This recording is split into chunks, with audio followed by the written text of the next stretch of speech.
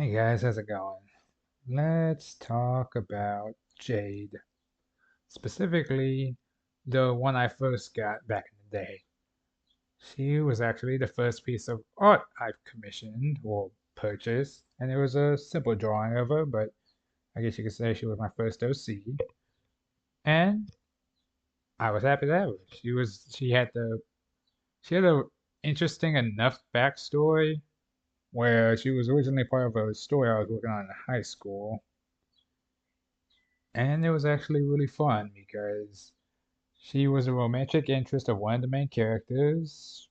She was a werewolf. I don't know if you could tell with the eyes and the fangs and the tail. But she essentially was she was relatively normal. Her mother had been in debt to some powerful, well, I say powerful, more like influential type of person. And she was heavily mistreated, but she always shielded her daughter. Eventually, though, her mother was killed. She got infected with lycanthrope and eventually became a werewolf. And she was raised by her, after that, she was essentially raised by her godfather of sorts, who was he's a golem. So, he tried, but it wasn't the same kind of nurturing that she could have gotten from her mother. However, being that she was blooded by a specific werewolf, she became, in a sense, subservient to him and to his later kid, where he basically took her as his girlfriend in a sense because they weren't married or at least not at the moment. Then when she meets the main character, obviously they have some kind of interest towards one another. A fight breaks out when she's trying to get him because he also became infected with it at one point. So while she's trying to get him used to seeing the world as she does, because in the story, at least when you're a werewolf and you contract lycanthropy, it's kind of along the lines of a sensory overload at first. You're not used to being able to hear everything, smell everything, etc., etc., etc. The problem is because it disorients the senses, it drives people up the wall, or these people who don't have it trained. That's why when you're first blooded, it's supposed to be more like a formal event, and you're supposed to like do it in private. Like when people, like if someone were to transform somebody, it's so they don't go rabid, like they don't lose their minds. Otherwise, they become essentially what you would think of like the old tales of werewolves, where they just go like ballistic and attack farmers and people and da da da. It's more so just for a need for quietness or a need for silence. But at the same time, it also leads to like once you regain your senses, it's not that bad. You still have a desire to hunt a little bit. It's like in your blood now. But that's more of like a bestial nature than anything else. So she ends up coming across the sun, and a fight breaks out between the three where he actually ends up being, well, killed in said fight. Jade is still processing her emotions because she wanted to be the one to do it. Because she can't necessarily deal with the one who turned her yet, but that was a way of trying to get back at him, which was like, you took my life from me, I'm gonna take your son from you, kind of thing. But she eventually started like getting more involved with the romantic, or getting involved romantically with one of the main characters. And the idea was when she was first conceived, at least, was she was the tough girl, you know, bad attitude, the nonchalant lifestyle, but she had soft spot because she had a pseudo sister she adopted, which was this small child that she found while she was out and about, who was looking for a mother. And at first, you would assume like that sounds like a trap. Like you go find this person middle of the woods. You usually get set up. It's like no, didn't happen with her. So she started looking after her. And then she also has a pair of, pretty sure they were pixies. There was one that controlled fire, one that controlled ice. And they could combine it to make steam, water, etc., etc., etc. And then, like I said, there was the golem. A simple team, but it kind of worked for her. And with her specifically, I made like her weapons of choice were a pair of like knuckle dusters attached to a knife, like you know what I'm talking about, like with the handle was like also a weapon, and then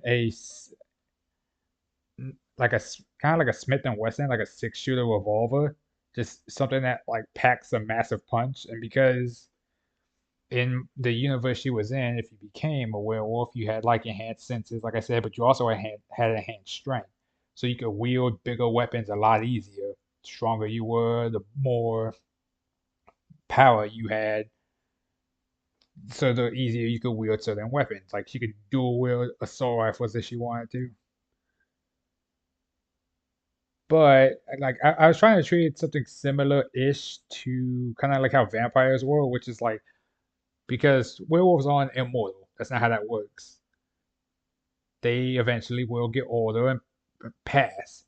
Vampires, for instance, though, or at least in some universes, like the older they get, the stronger they get. They become like elder vampires and that's stuff like that, which is why they're usually at war with werewolves. But how it goes, or at least how I treated it when it comes to werewolves, is werewolves are naturally stronger than vampires, and they can enhance their strength further just by like hunting.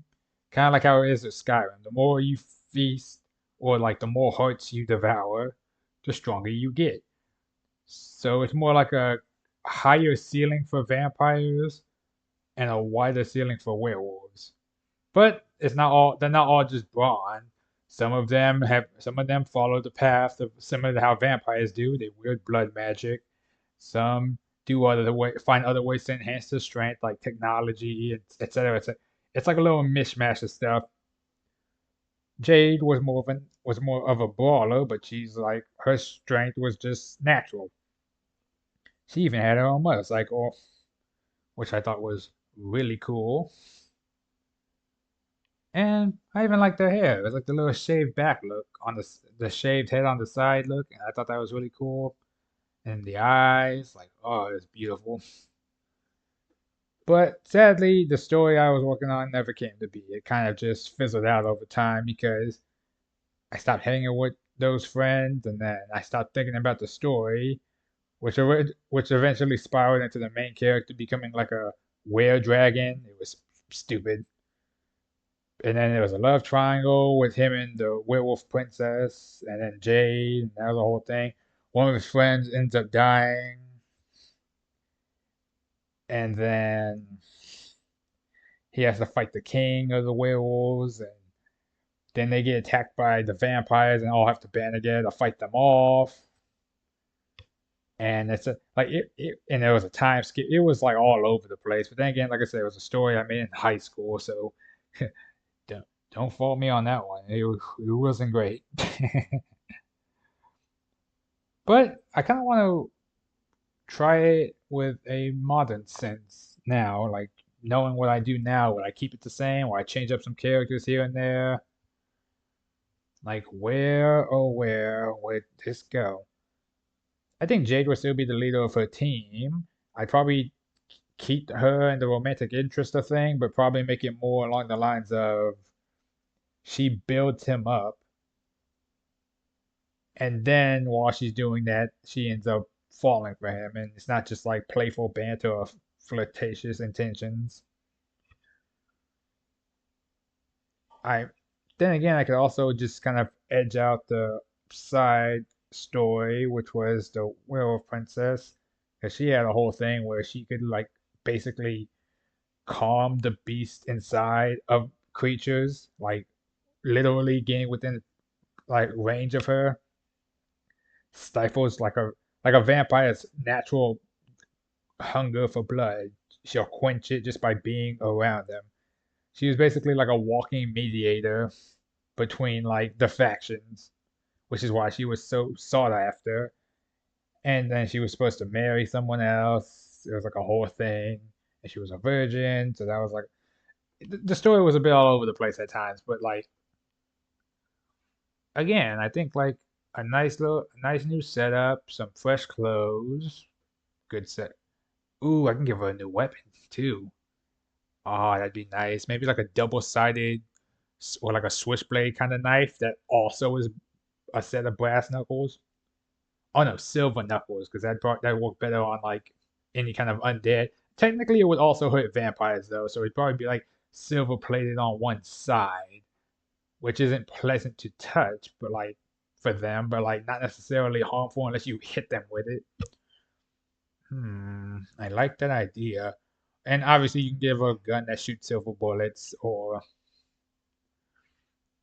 ooh, maybe give her like a lever action shotgun or a blunderbuss. Ah, see, I like where my head's at with this. It's going to be nice.